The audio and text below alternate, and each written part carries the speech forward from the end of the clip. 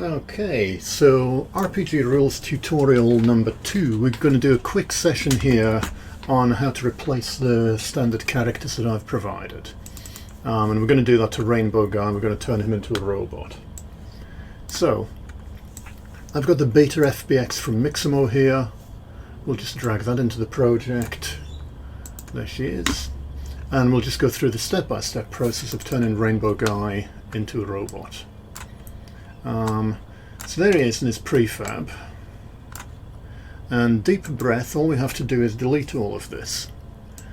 Remember, all the game data is stored on his top level thing, his customization, the characters and powers and so on. So we just delete that and then drop beta in instead. And let's see how we're doing with that. Now, the one link, there are a few links between these two things. We have to drop Beta's avatar into Rainbow Guy's animator there, so that it'll function correctly. We also, in the character, haven't looked at this already, we've got a list of body parts, basically transforms on the character, which correspond to the hands, the head, and everything like that. We've just gone and deleted all of them. So we could have a look in Beta's rig group here, and find them all and drag them in painstakingly, or we could just press find body parts. And it actually does a pretty good job. Let's see if that's enough. What have we got now? Ugh. Right, we're T-posing around, looking pretty bad. There's an explanation for all of that. First of all, with Beta, we need to go to Rig and make a humanoid in the import. So we just go apply there, and that'll solve the T-posing problem. Also in Rainbow Guy's customization, we want to remove this Rainbow Guy material and just set that to none, because it's trying to apply the material to all different parts of the robot there. So if we have a look now and play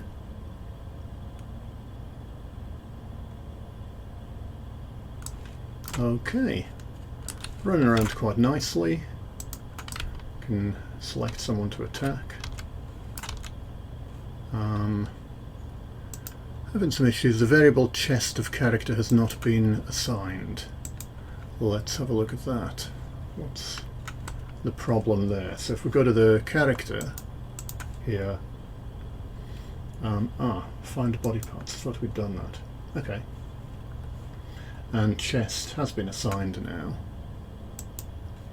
So if we go out, we'll just check that that's still the case. Rainbow Guy, open prefab. Okay, they're not taken for some reason. Let's just change one of them. And that maybe will make it stick.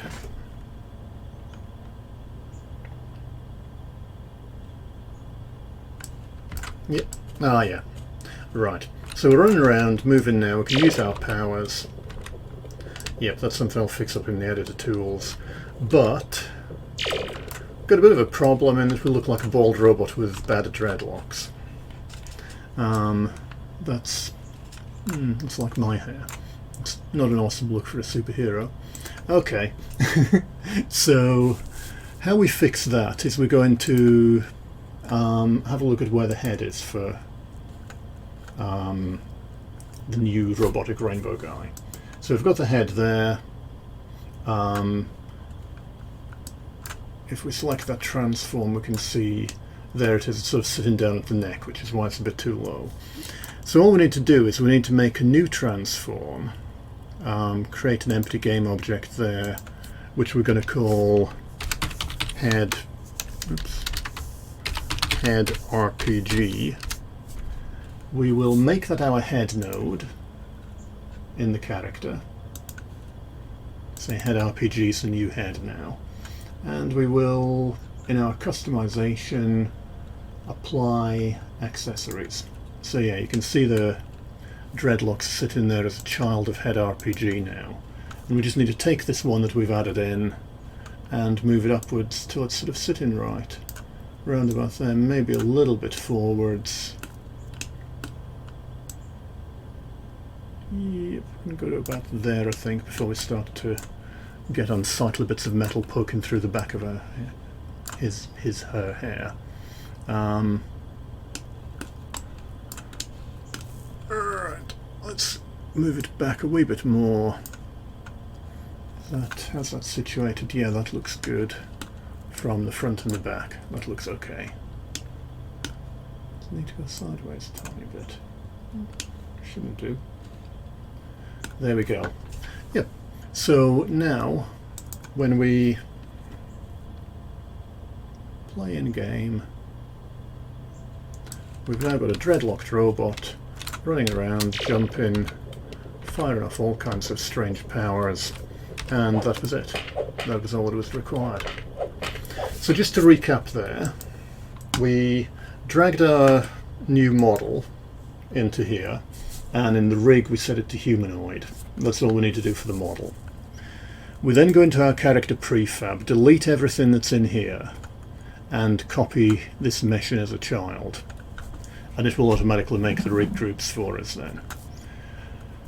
We then go to the top level object, drag the avatar into the animator, and we go to the character and go find body parts. And if it's been named with the usual Unity naming conventions, it should find them all. You may need to rejig some of them a little bit for weapons and everything to sit right. And if you've got any accessories on particular nodes, you may need to create little child nodes like this to position them correctly.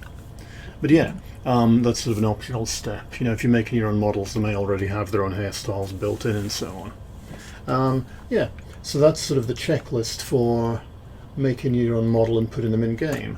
And then, you know, thanks to the magic of the humanoid animation system, everything just works. I will do a tutorial later on what to do with non-humanoid characters. There you're going to have to go into the animator and basically make a copy of all of this,